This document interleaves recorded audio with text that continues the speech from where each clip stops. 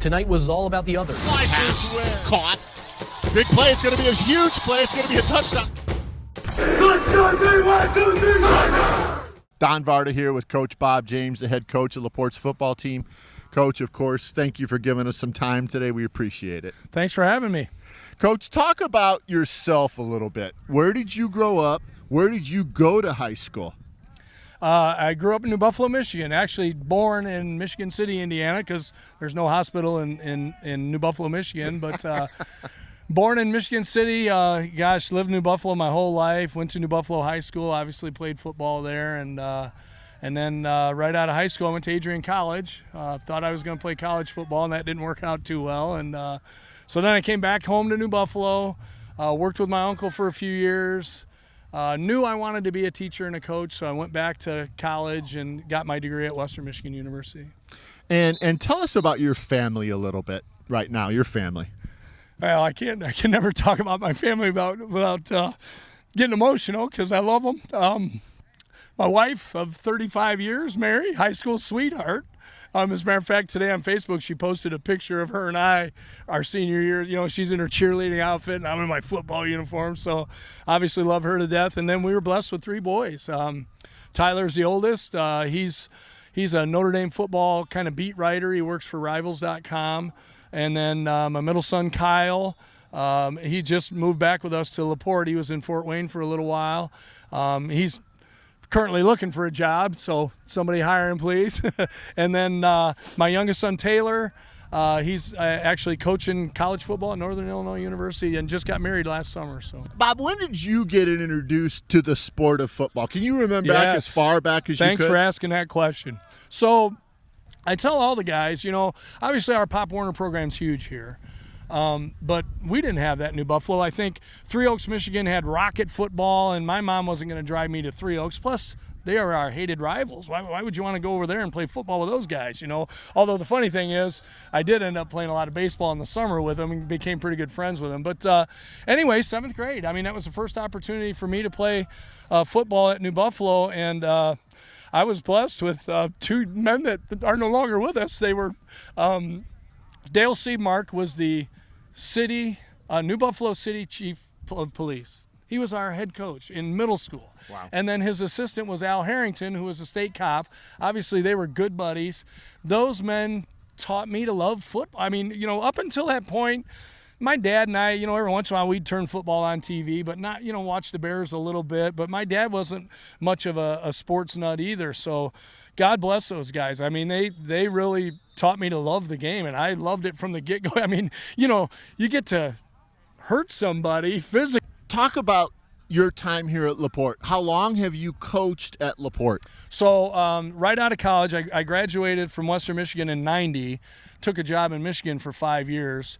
So I came here in 95. After 5 years in Michigan, it was funny. I went to that school thinking I was going to be the next head coach there. They're going to name the stadium after me. All my children are going to be, you know.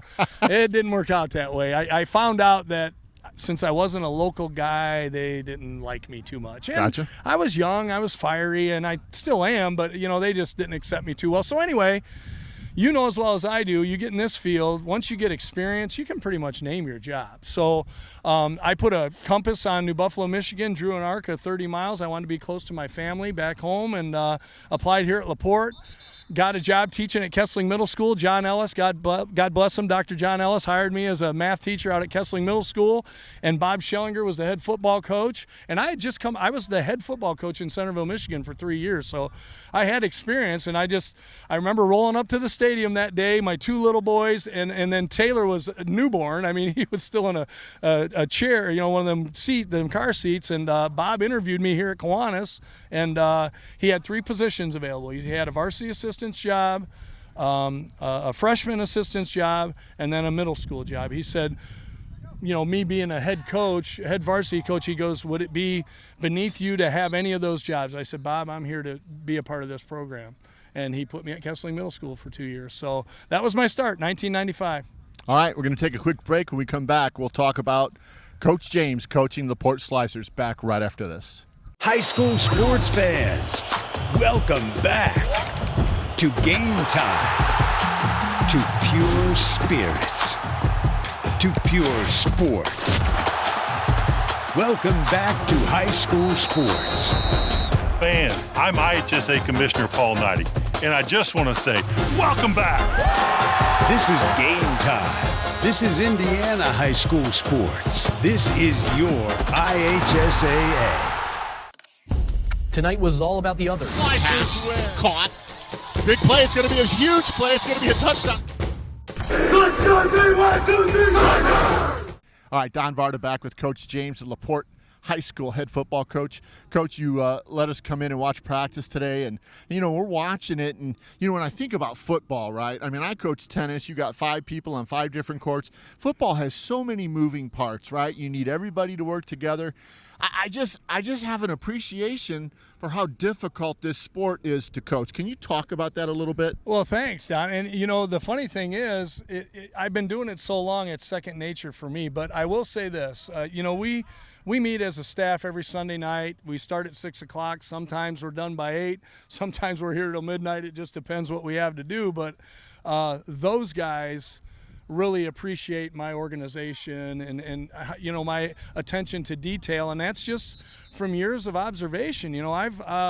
I've been to clinics and conventions all over the country and listened to some good coaches talk about how to run a practice. And but I got to tell you, Don, I'm more impressed with the band.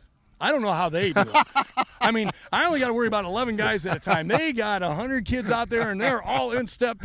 I talk to Sully all the time. I'm like, I don't know how you guys do that. And he goes, I don't know how you do that either. So and let's talk about the culture of football, right? So I remember, we talked one time when we were in your office about Urban Meyer's book, Above the Line, and how he went into Ohio State, wanted to change the culture. I even remember having tennis teams we coached that we took over a team that was a disaster, and we changed the culture. Bob, over here you got these players. They love you. The culture of this team before you was solid. Talk about culture. One thing when I was interviewing for the job, I told the interview committee, my goal is to I want the kids to want to come to Kiwanis and practice every day. I want them to want to be a part, not like it's a job, not like, I got to go to practice today. I want them to be excited about coming over here, and I think we're doing a pretty good job of that. Obviously, things didn't go our way last Friday, but that didn't stop these guys from coming every day. I mean, if you watch Braylon Schultz come to practice, man, he's running around, jumping, having a heck of a time, and that's what it's all about. I want it to be a great experience, not just for the players, for the coaches, for the fans, for the parents, for the whole community. And Bob, I want you to talk about assessing talent, because one of the things I always found that was very difficult, even when we had auditions for movies, somebody could come in and have a freak performance that wasn't really good and then come back. Tennis team, assessment of talent. I was out in Columbia, Maryland at the Junior Tennis Center, and they had a little competition for like little 5-year-olds, and they did agility, they did speed, they did all these things, and one of those kids ends up getting a scholarship. And I can mention this player, Francis Tiafo. He's a pro. He came out of that little thing who had never touched a racket. Talk about yourself and assessing speed, strength, the agility, the precision. Talk about assessing talent. Well, you talk about little guys. We have our little kids camps, at the end of July too, and I start assessing right away. As a matter of fact, we were at camp, and this one guy was doing a drill or whatever, a little 5th grader or something, and I said to that coach, I said, he's going to be good, and he's like, oh yeah, coach, he's one of our best. But yeah, it's it's not just a me thing. That's what I got 10, 15 coaches on staff that are all assessing talent, and some of us have different opinions of where guys should go and where they shouldn't go. But obviously in this game, the bigger, the stronger, and faster you are, the better you're going to be most of the time. Right. And then I want you to talk about this coaching staff, okay? Because you're out here, we're watching your practice. We've been watching it for an hour. It's a management situation. You might decide whether you're going to go for it on 4th and goal, or maybe you're offensive coordinator, or maybe you are the offensive coordinator. But you have a management situation. And like you said, this is our first practice we watched. Everything seems to be organized and smooth, but your assistants are out there doing it. No question. I couldn't do anything without them. And Coach Schellinger just got inducted into the Indiana Football Hall of Fame this past spring. And one thing he talked about was his first job at South Central, coaching high school football. It was him and another guy. 2 coaches. He's like, I don't know how we did it. He goes, I was the offensive line coach. I was the defensive backs coach. I was the linebacker. And back then that's how you did it. But now you have to trust these guys. And most of them I've known and kind of know what they can do. But some of them are new guys, and I just tell them what I expect, and they do it. Yeah. They love Slicer football too. Yeah, and you've coached. Can you just tell our audience some of the different positions you coach? You've been here so long. You probably coached all of them. But can you talk about that a little bit? I mean, I'm known, and I'm not bragging on myself, but you can ask anybody in the state of Indiana who's one of the best offensive line coaches, and they'll say Bob James. I mean, if you look at my resume, I've sent guys to college. Heck, Trevor Sales even had a cup of coffee in the NFL, so that's my love. I played offensive line. I love offensive line. Those kids love me. Unfortunately, getting the head coaching job, I wasn't able to stick with that. I had to hire an offensive line coach who's awesome, by the way. But, back at Centerville, I did. I coached the defensive backs. I coached the defensive line, coached the running backs, quarterbacks. I don't think there's a position I have not coached. And, Bob, let's talk about the X's and O's just a little bit. My brother played football for Purdue. We've been around. We all love football. Bob, are these games – I know you need talent. You need a great quarterback. You need corners. You need receivers. But are these games won at the line of scrimmage? Oh, no question. That's who wins the game. Whoever controls the line of scrimmage is going to win the game, no matter what your offense is. Okay. All right, we're going to take a break. We'll come back with our final segment with Bob James right after this. This is your IHSAA. This is your state. This is your high school. This is your athletic association. Fans, I'm IHSA Commissioner Paul Knighty, and we're here to make sure that all of this remains yours. This is your state. This is your community. This is your IHSAA. Tonight was all about the others. Pass caught. Big play. It's going to be a huge play. It's going to be a touchdown. All right, Don Varda back with Coach James at Kiwanis Field. Coach, our final segment together. Give us your philosophies a little bit. What's your philosophy on offense? Do you like to run the ball if you can? Will you throw it? What's your philosophy on defense? So you mentioned talent, a little bit ago, and that's what you have to be able to do. I've always said we have adapted a power spread offense, but it's such that you can build it around your talent. I mean, if you got a better running back, you're going to build it around the running back. If you got better quarterback and receivers, you're going to build it around them. My philosophy is to take the talent you have and try to fit it into your system the best that you can. And then defensively, my youngest son I mentioned earlier, he's more of a coach than I am. He's a student of the game, and he's been on the defensive side his whole life. He was an all-state linebacker and played in college. He was all-conference and should have been All-American. One play kept him from being an All-American. We can talk about that sometime. It's a good story. But and he's mad at me for saying it to him. But anyway, defensively, the key is offensive coordinators are not patient people. They want to score. So if you force them to just get 3-4 yards at a crack, in other words, keep everything in front of you. They're gonna do something silly. They're gonna be like, all right, we're gonna go for the bomb here, and then we pick it off, or we sack the quarterback, or they get a holding call, and now they're behind the chains. So defensively, the philosophy is just keep everything in front of you, make them drive the field to earn a touchdown. Bob, how many offensive plays typically do you run during a high school football game? Yeah, I'll tell you what, I'll never forget coaching a JV game on a Saturday probably 15 years ago. I was calling the plays. I think we called the same play 8 times in a row.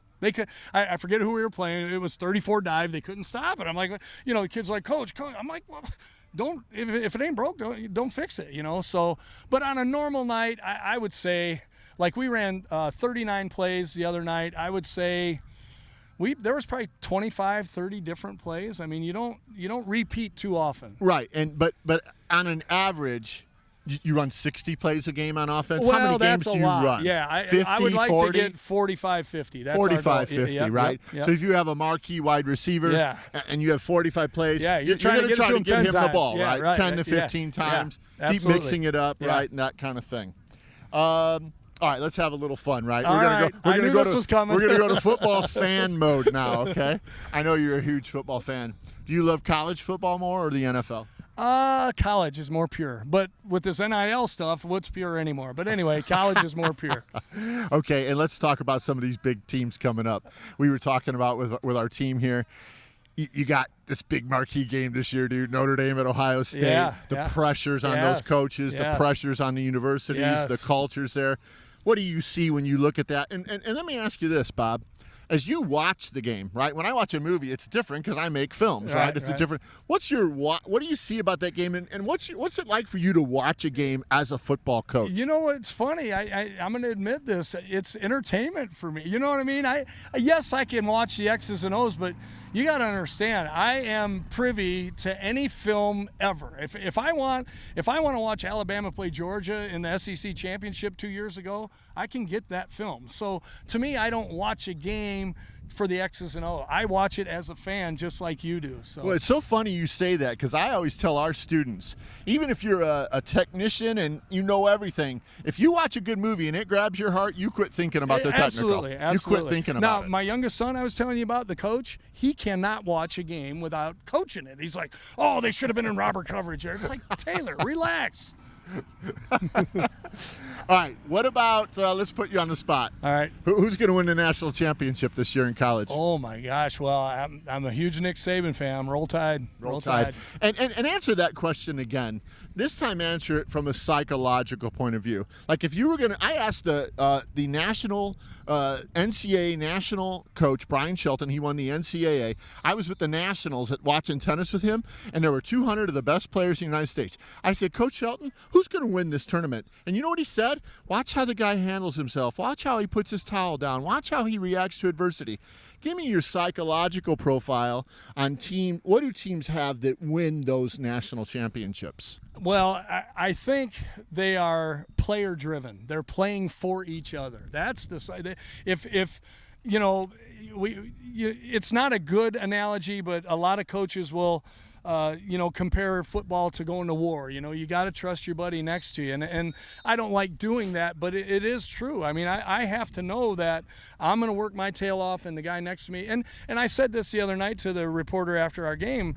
I said, you know, the beauty of this sport that I love so much is there's 11 guys on the field for your team at one time, and all 11 of them have to be on the same page or it could be catastrophic.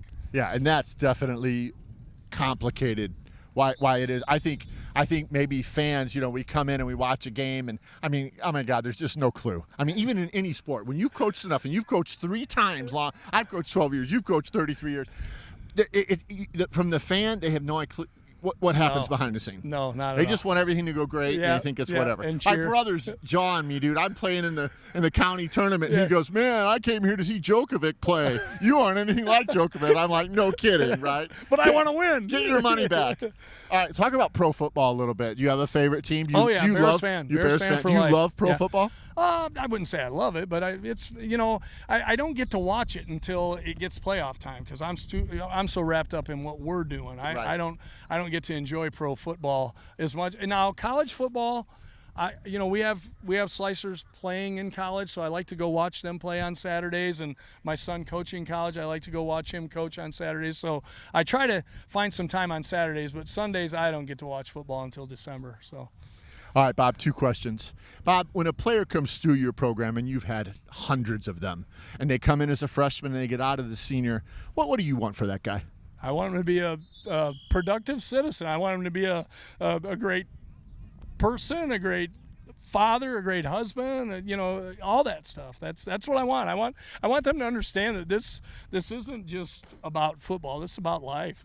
We're preparing you. I mean, I don't think there's a game that can prepare you more for life than this game, and that's what I want. I want those kids, and I just saw a couple of them last night, throwing their arm around me. Thanks a lot, Coach. Man, if I'd have listened a little bit more, whatever. So that's what I want. Bob, I want you to end our program and just tell us a great football story. You told me about the one where the guy came in and said, "Let's be great." I want you to tell our audience a great football story. Let's start there. It doesn't get any better than that. Coach Sharp's second year. We are at Valparaiso. That's our first conference game. And they're ahead of us by a touchdown.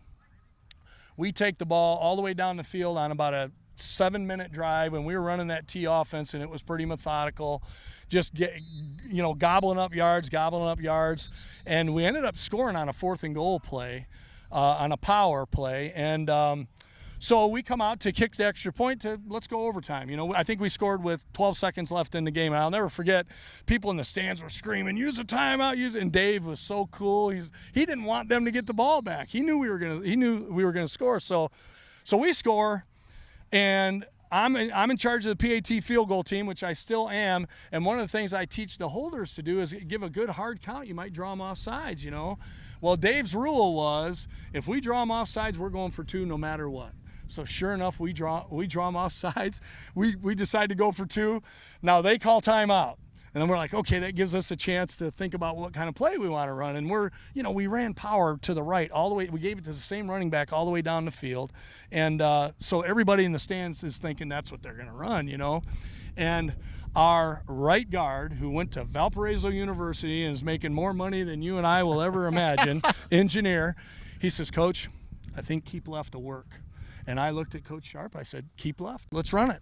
So we run keep left.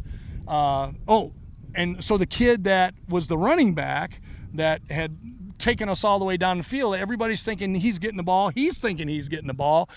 He goes, yep, keep left. Great call. Let's be great. And I just got chills on he just said, hey, fellas, let's be great. And the hair on the back of my neck stood up. I'm like, here's a kid who is the star of our team by far, and he's saying, hey, I don't want the ball. Let's do what we got to do to win the game. And we won, and we won the conference that year, and it was awesome. So. And that's unbelievable, because those are the stories that we love as coaches. Oh, yeah. That thing that you didn't prep for, you didn't know it was coming, the situation presented, and you had by that. 18-year-old kids saying, hey, Coach, let's do this. And you know what? I trust them. They're out there. And that's why I tell the guys all the time. I'm like, guys, we can prepare you for what's out there, but you know what's out there. You got to tell us what's going on, So, yeah, that was a great moment. One I'll never forget. Perfect. Bob James, thank you, my brother. Thank you, Don. Appreciate everything you do, and appreciate you guys as well. Yes. Avery Walma, Austin, Baltimore, our producers, our camera people, they filmed the footage you saw during the program for all of us here at the Slicer Network. Thanks for watching. We'll see you next time. Tonight was all about the other. Pass caught. Big play. It's going to be a huge play. It's going to be a touchdown. Slicer, 3, 1, 2, 3, Slicer! This is your IHSAA. This is your state. This is your high school. This is your athletic association. Fans, I'm IHSA Commissioner Paul Knighty, and we're here to make sure that all of this remains yours. This is your state. This is your community. This is your IHSAA.